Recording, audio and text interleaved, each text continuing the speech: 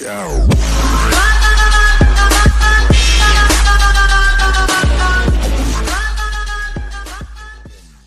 everyone, this is Rachel. Thanks for clicking on my video and happy Sunday to you. And I came in today to talk about some stories that I heard about and see if you heard about them and what you think of them. So the first one up is Tom Joyner Morning Show. Now y'all, when I read this story, I was like, really? I was on Facebook and there was an article about Tom Joyner Morning Show ending in several cities across the country. Now y'all, when I heard this, I was like, what? Because Tom Joyner Morning Show is like a staple in the morning when you're driving to work. Child, I know I have been listening to his show. It's got to be over 20 years. And I remember times when I would be listening to the show and something funny would be happening. I would have arrived at work and, I wanted to sit in my car for a minute so I can finish hearing what was going on. All of us have done that. So, y'all, I was wondering what was up with Tom Joyner Morning Show. Have y'all heard anything about why, it's ending in several places around the country and big cities too, like Chicago? I cannot believe that Tom Joyner Morning Show is possibly leaving Chicago. I mean, that's a big market, y'all. Now, y'all know several months ago, J. Anthony Brown left and he went to that damn fool Steve Harvey show. And I wonder how that's working out for him, y'all. But yeah, he left. He said that it was no beef between him and Tom. It was no salary, discrepancies. He wanted to just strike out on his own. But a lot of fans were like, Tom did him wrong, which I hadn't been listening for a while, so I don't know what that beef was about. But if y'all know, leave it down in the comments. But yeah, he's over at the Steve Harvey Morning Show, his radio show. And I don't know, y'all. I don't know how that's working out for old J. Anthony Brown. Him and Tom had a good, rapport for years. In the end, it's sad that Jay left without being able to say goodbye. And he's over there with that and damn Steve Harvey. Now, another thing that I was thinking about is like, if Tom Joyner Morning Show ends, he has supported the HBCUs for y'all too long for me to even remember. And I wonder, if his show ends in these cities, that means that a lot less people will hear about it and who will be able to support it. But I know he has his foundation, that Tom Joyner, foundation. And I'm wondering, through that foundation, will he still be able to get as much monetary support for those schools? Because, y'all, he has really, pumped up the help that those HBCUs get. And I know Tom Joyner has been around for a long time. He's the fly jock. And a lot of people don't like him. But like I said, years ago when I was in that morning traffic and stuff, it was Tom Joyner Morning Show that got me through, y'all. Him and J. Anthony Brown and Sybil Wilkes and all of them. I mean, wow, y'all. It's weird. And then, a lot of people on Facebook were saying, he's ending, and then the only thing they have left is Steve Harvey. And they actually weren't feeling it. So I just want to know what y'all think of Tom Joyner Morning Show ending. Is it ending in your city? And why the hell is he leaving radio in certain cities? Let me know down in the comments, y'all. And on to the next story. This next story up, y'all, is about Sheriff David Clark's plagiarizing ass. So have y'all heard the latest that this fool plagiarized portions of his master's thesis on U.S. security? Basically, y'all, what happened is, how when you're in college and you're using, quotes from anyone else or anyone else's work, that you have to cite your sources? Well, they say he didn't cite his sources. He, wrote his thesis like these were his words. And they discovered that he basically plagiarized other people's work 47 times in his thesis. Now, you know this man is one of those damn Trump supporters or Trump surrogates. Let me just refresh your memory on a couple other things about this fool.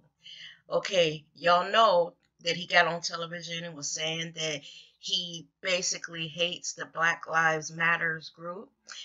He talks about, the fake news media. He's part of that Trump thing. And he also, kind of denies, well, not kind of, denies basic civil rights of the prison inmates that he oversees. Now, you might have heard this story where there was a man that was in his prison that was begging for water. Now, this man ended up dying of thirst. They said this guy begged the guards for water for 7 days, and they wouldn't give it to him at the direction of this fool. And this man ended up dying of thirst. And from what I'm understanding, I think there are 5 other people that died in his prison, under suspicious things. Just goes to show you, where his head is. He sounds like a sadistic asshole. I don't know. And with him being on television during the election talking shit about, black people, and y'all, he's black. I mean, really, are you brainwashed? Um, they claim he's conservative, but you know what kills me with these conservative black people? Can you be conservative without putting down your own race? Are you so busy kissing up to the master's ass, Trump, that you got to put down your own race to gain his favor? See, that's where I have a problem with those, well, some of those conservatives, because some of the stuff that they say on television or just condone with Donald Trump, y'all, it just trips me out. Now, also, this fool is another one who showed up in Russia. Actually, he was in Russia near the Kremlin, and he took a picture of himself and tweeted it. Now, why would he do that knowing that all of this Russia stuff was going on? Now, I think this was during the election that he did it, but still, we all were talking about all those ties that the Trump people had with Russia. Now, just recently, along with his plagiarism, he announced that he's going to be the Assistant Secretary for the Department of Homeland Security. Now, only thing about that is the Trump administration has not actually confirmed that. So I don't know if he was behind closed doors and they were like, yeah, man, you got it, don't even worry about it. And then so he jumped the gun and announced it, because with Donald Trump's tricky dicky ass, he could turn around and say, you know what, man, I was just playing. I don't know why you went out there and announced that, and he'd be standing somewhere looking silly. So I'm gonna be looking to see if they do appoint him to that position. Y'all, it's not gonna fare well for us. That's all I know. It kills me how some of these black people like him and Omarosa get on with Trump and then forget where they came from, y'all. Don't that just kill y'all? Let me know down in the comments, y'all, and on to the next story. Y'all, what the hell is up with these men's rompers? I have been seeing all kind of posts on Facebook, Instagram, Twitter, with memes of men in these new rompers. Y'all, when I tell you some of the guys that I grew up with, some of the jokes that they were making about, if they wore one.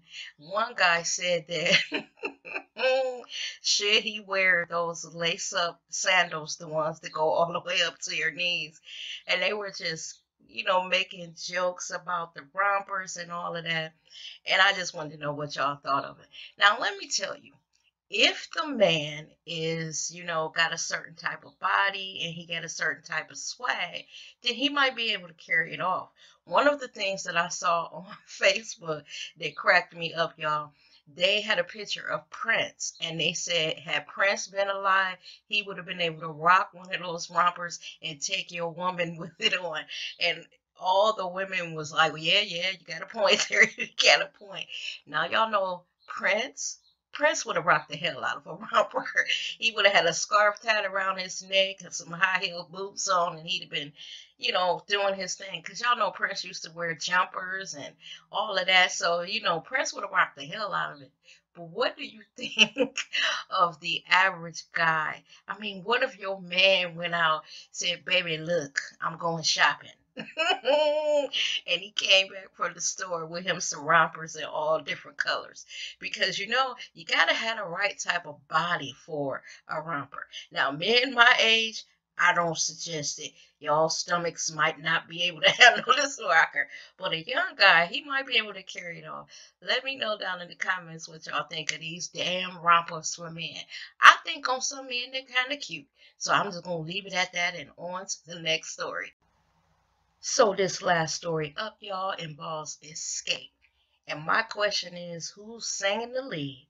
Now, y'all heard that they're back together, and now they've announced that they're going to be touring with the 2017 Essence Music Festival.